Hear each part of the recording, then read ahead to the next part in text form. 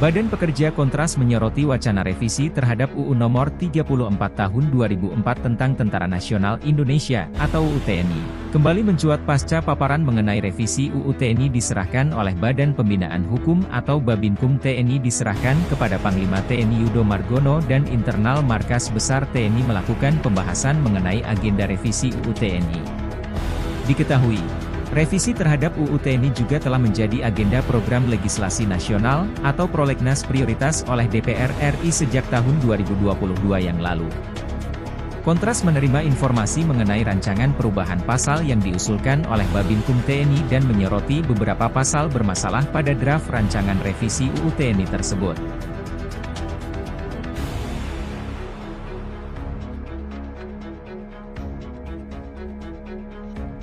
Berdasarkan rancangan yang diajukan oleh Babinkum TNI, pihaknya memiliki beberapa catatan krusial yakni: pertama, menguatnya peran internal militer dan membuat TNI semakin tidak profesional.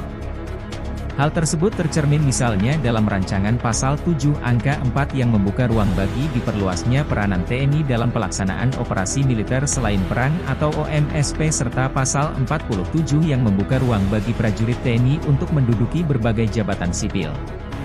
Kedua, berkaitan dengan pengerahan prajurit TNI untuk operasi militer, pasal 3 dalam UU TNI secara eksplisit mensyaratkan pengerahan dan penggunaan militer TNI berada di bawah Presiden. Dalam rancangan revisi UU TNI hanya disebutkan bahwa TNI merupakan alat negara yang berkedudukan di bawah Presiden dan tidak secara jelas mengatur bahwa pengerahan kekuatan militer TNI berada di bawah Presiden.